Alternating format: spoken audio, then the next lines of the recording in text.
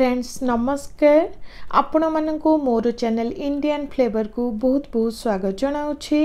Friends थरे बनातु एही chicken को बार बार बनाई खाइबे पिलांको ठारू बड़ जाए समस्त को पसंद आसीबो देखिबा को जेमिति खाइबा पई मध्य बहुत सुआदिया।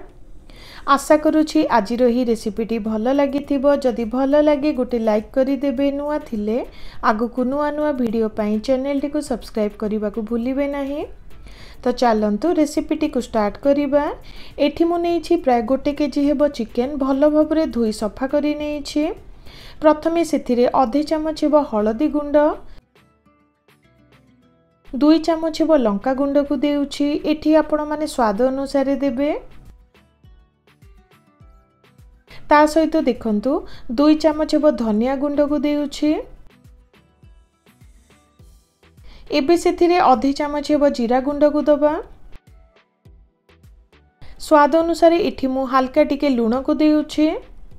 फ्रेंड्स शेष रे देखंतु 2 चमच हेबो दही को देउछि जहा द्वारा चिकेन रे बहुत सुंदर टेस्ट आसीबो। दही को देला परे भल भाबरे मसला को चिकेन देह रे मिसाई नबा। देखंतु मसला सब को चिकेन देह रे भल भाबरे मिसाई नेछि। प्राय 5 रु 10 मिनिट पय साइड रे रखि दबा। दरकार हिसाब रे एठी मु सोरिष तेल को नेछि। सोरिष तेल द्वारा बहुत सुंदर टेस्ट आसीबो। एबे तेल को किछि समय पय गरम करि नबा। देखंतु किछि समय परे सोरिष तेल गरम हेई आसिलानी। एठी नेछि 3टी सुखिला लंका आधे चमच हेबो जीरा और सुखिला मसला ताकु देई हल्का टिके भाजी नेउछि। देखंतु सुखिला मसला को हल्का टिके भाजी नेछि। प्राय 4टी मीडियम साइज पियाज को एही परी काटी नेछि ताकु देई दबा। एठी देखंतु 2टी कंचा लंका को काटी नेछि ताकु देई दबा जहा द्वारा बहुत सुंदर टेस्ट आसीबो। फ्रेंड्स हल्का टिके बादामी रंग आसिला जाए पियाज को प्राय 2 रु 3 मिनिट पय भाजी नेउछि। प्राय 2 रु 3 मिनिट पय भाजी नेछि। देखंतु पियाज हल्का नरम लागुछि। एठी मु देउछि 2 चमच हेबो रसुण रो पेस्ट। ता सहित 2 चमच हेबो अदा रो पेस्ट को देई दबा। अदा रसुण रो पेस्ट को देला परे पुणी थरे भल भाबरे मिसाई तार गंध गला जाए प्राय 2 रु 3 मिनिट पय भाजी नबा। देखंतु प्राय 2 रु 3 मिनिट पय भाजी नेली। एबे सेथिरे मैरिनेटेड चिकेन को दबा। फ्रेंड्स एही प्रोसेस रे चिकेन को बनांतु बहुत सुंदर टेस्ट आसीबो। चिकेन को देला परे भल भाबरे सब को मिसाई नबा। फ्रेंड्स चिकेन को कवर करिबा द्वारा ता देहरु पानी बाहरी जाए चिकेन सिझी जाए किंतु भल टेस्ट आसी न थाए।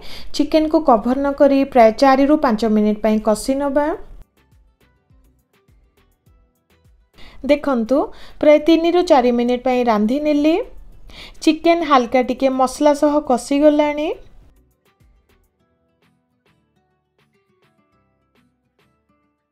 फ्रेंड्स एठी देखंतु गोटे टमाटो को काटी नेछि ताकु देई दबा। ता सहित स्वाद अनुसार हल्का टिके लूण को देउछि। लूण को देला परे एबे भल भाबरे सब को मिसाई नबा। भल भाबरे मिसाई नेछि। एबे कवर करि नबा। कवर करि नै पुणी थरे 4 रु 5 मिनिट पय रांधी नबा। प्राय 4 रु 5 मिनिट पय रांधी नेछि। देखंतु चिकेन मसला सह भल भाबरे कसी गलानी। बहुत सुंदर बास्ना आसुछि। एबे सेथिरे पानी को दबा। अधिका पानी ऐड करिवार किछि दरकार नुहे। एठी मु 1 ग्लास हेबो गरम पानी को देउछि जहा द्वारा तरकारीटी बहुत शीघ्र होई जिवो ओ तार टेस्ट मध्ये भल आसी थाए। फ्रेंड्स आउ टिके टेस्ट बढ़ेबा पई एठी मु प्राय आधे चमच हेबो चिकेन मसला को देउछि। चिकेन मसला को देला परे पुणी थरे भल भाबरे मिसाई नबा। एबे कवर करि नै प्राय 5 रु 10 मिनिट पय रांधी नबा। प्राय 5 रु 10 मिनिट पय रांधी नेली। देखंतु बहुत सुंदर बास्ना आसिलानी। चेक करूछि देखंतु चिकेन भल भाबरे सिझी गलानी।